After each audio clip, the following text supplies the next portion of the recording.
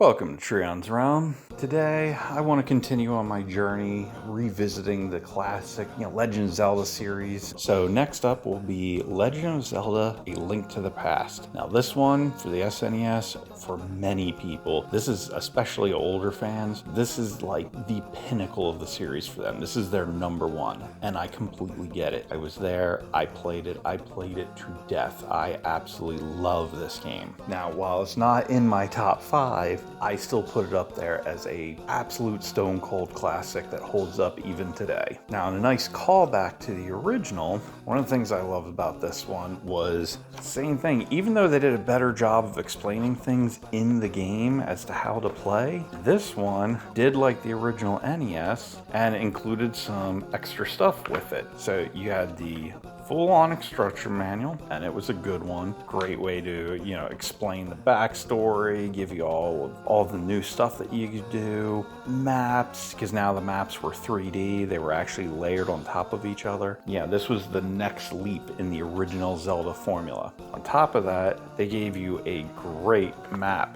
to start things out. Gave you pretty much the entire light world to explore. Also gave you some tips and stuff on the side here. And then when you flip it over, it essentially gave you the entire first 3 dungeons where you were going to get the pendants. So you had no excuse. This game would walk you through so you knew what was happening and gave you enough of a foundation so that when you got later on in the game, you were all set. But to take it a step further, they even had very much a callback to the original Zelda, a top secret section here. Once again, it was sealed. When you broke that seal, it gave you a lot of hints and tips, stuff that you normally would not easily find. But if you were absolutely stuck in a spot, like I know a lot of people, the ice dungeon is a particularly tricky one. It's a great way to kind of, cool throwback to the original. I will say the ice dungeon, for me personally, because of how tough the dungeons were, I actually did them out of order. I always had a very specific way that I would go through the Dark World dungeons. I specifically would go dungeon 1, 4, 2, 3, and then 6, 5, 7. And specifically because of the power-ups that you would get from dungeons 4 and 6, they would make dungeons 2 and 3 and 5 respectively much easier if you had those items. And that is how I learned to play it, and I've always done the same thing ever since. And yes, it may not seem like you can do them out of order, but I assure you, you can. Now, the game 2 was a divisive game for the series. It was kind of this mix-up that they did during the NES era, where you would have the original classic of a game, and then its sequel went in a vastly different style or direction. For example, if you look at Zelda 1 to Zelda 2, Castlevania 1 to Castlevania 2, or let's say Super Mario 1 versus Super Mario 2, all felt very different. But then their third entry seemed to go back to the classic style, and those are usually remembered as some of the best games of the entire series. So Mario 3 returned back to the Mario 1 style and evolved it. People adore Mario 3. Same thing with Castlevania 3, or in the case of Zelda, where they went back to their old style, and then that kind of laid the foundation. That's where it went going forward. Great game. I would absolutely recommend that anyone play this one. It's very accessible. Yes, you may have a little, some stumbling blocks early on. This isn't like the more cryptic Zelda 1 and 2. This one is much easier to kind of find your way through. There's enough stuff in-game that explains to you what you need to do, provided you're paying attention and talking to different characters in game. Now, when it comes to actually playing this, it's a little limited. Once again, much like the case with the, digital storefronts being taken down, it was from, no longer have access unless you already downloaded it for the Wii version or the Wii U, or it was even on the 3DS. But like I said, with the first 2 Zeldas, if you have the Nintendo Switch Online, you have the SNES app, go to the Switch Online, you'll be able to find where to download the app, and you will have access to to an insanely great selection of Super Nintendo games, but in particular, you will have access to Legend of Zelda: A Link to the Past. Now, unlike the NES originals, they didn't do a special version of this. Don't really need it. It's not terribly difficult, but it's a great way to have it on the go. Again, you get save state. You also have the rewind function on here, but that's your only official digital. Yes, there are ways to do additional digital options. I will not go into that, but I am also not against anybody going that direction. By all means, help yourself. Nintendo is kind of notoriously shitty towards some of its fans when it comes to wanting to share their love for the game, so I don't have a problem if you go your own direction on how you decide to play the game. Now, like myself, if you want to go physical, then you're looking at the SNES, and honestly, there's only 2 additional options beyond that.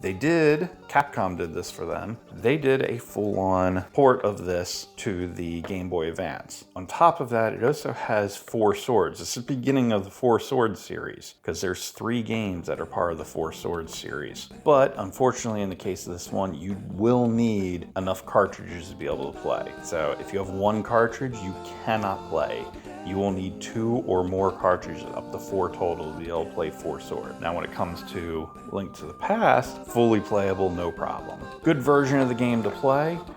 Now, I will say, if you play this on the Game Boy player, they have an option to swap the buttons on your GameCube controller, and I would absolutely recommend doing that. They move the L and R buttons down onto the face, and when you do that for this particular game, it'll make it feel like it does on the Super Nintendo, because obviously the Game Boy Advance only has L, R, A, and B, so you're missing 2 buttons that you would have had on the SNES, and most of those functions that were on the X and Y, they're up on the L and R. So by using the alternate control scheme, you will be able to play this so it feels more like the SNES version, if that's what you're used to.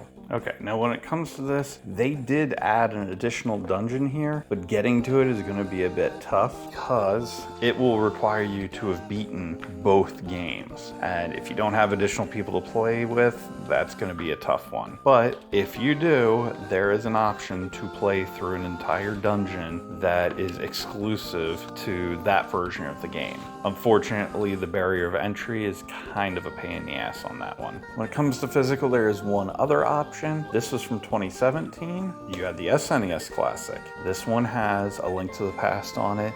These were a little bit easier to get than the NES Classic, so you may actually have one of these floating around. Perfectly viable and good way to play this if you don't have it digitally through the Switch or physically through one of the other systems, or you don't want to go the path that people would rather not talk about. Personally, I don't care. Emulation's great. I think it's a boon for the industry. Absolutely emulate the crap out of anything that you want. But this is a good way to play it if you happen to have one of these still around the house. It does have save states and has a great selection of games on top of it beyond just Zelda. Now, as I showed, they did have a guide here. This was for the remake, but they also had an original guide. Now, unfortunately, my original guide, it's kind of torn up.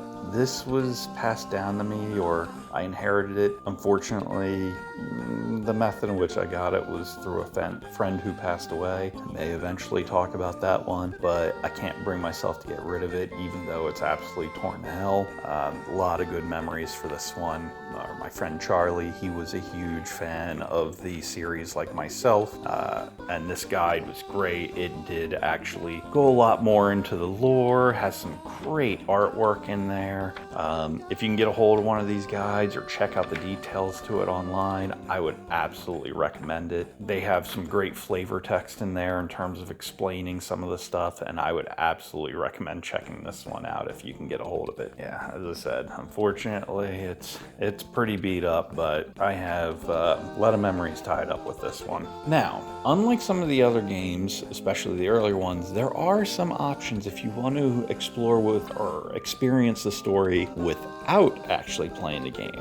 There are 2 different things that got released. One would be the A Link to the Past. This was a comic series that they did. It was through Nintendo Power, and they have since bound the entire set together and re-released it. You can find this still on places like Amazon Amazon or a lot of different bookstores. I love this comic. It's not a one-to-one retelling. There's actually some additional characters added in, some new story fleshed out. I believe the artist worked on like Cyborg 009, many other types of manga and stuff over in Japan. It is a great way. I mean, the art is gorgeous. The story is really fun. It gets kind of lighthearted. It takes things seriously when it needs to. But this is, I've read this one many times. I love this for like a quick way to re-experience A Link to the Past in a different form. As I said, there's even new characters such as Rome. He does not actually exist in the canonical story, but he was a very interesting, cool character that was added into here. I would absolutely recommend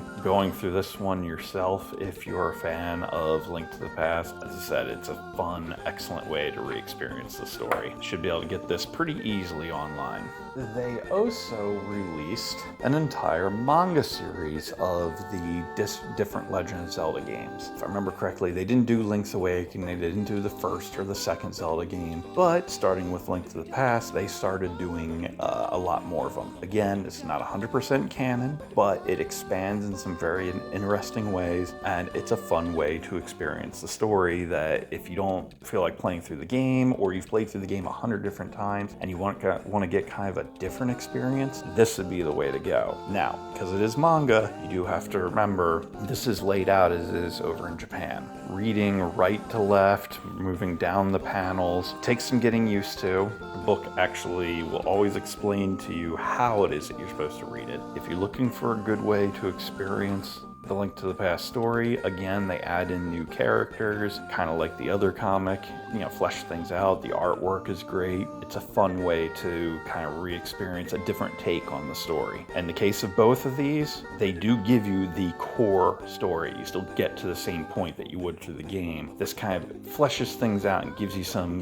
new stuff in between that's very interesting and fun to see. Link to the Past, I would absolutely recommend this to any new players who want to experience the old school style, but they don't want to be frustrated with games like the NES early ones. One of the other nice things about Link to the Past is that it has been modified to death. There are numerous fan-made titles that use Link to the Past as a base. The ROMs have been modified, like one of the originals, I think, or one of the earlier ones called Parallel Worlds. Great way to kind of, if you're looking for some new stuff and you've played this 100 times and you're looking for a new way to experience it, that's the route to go, because it gives you a whole new story, uses the same graphics and engine, where it's giving you a whole new way to experience the series through like a fan's lens. As usual, I want to thank you guys for watching and revisiting the Zelda series and kind of sharing my love of it with you.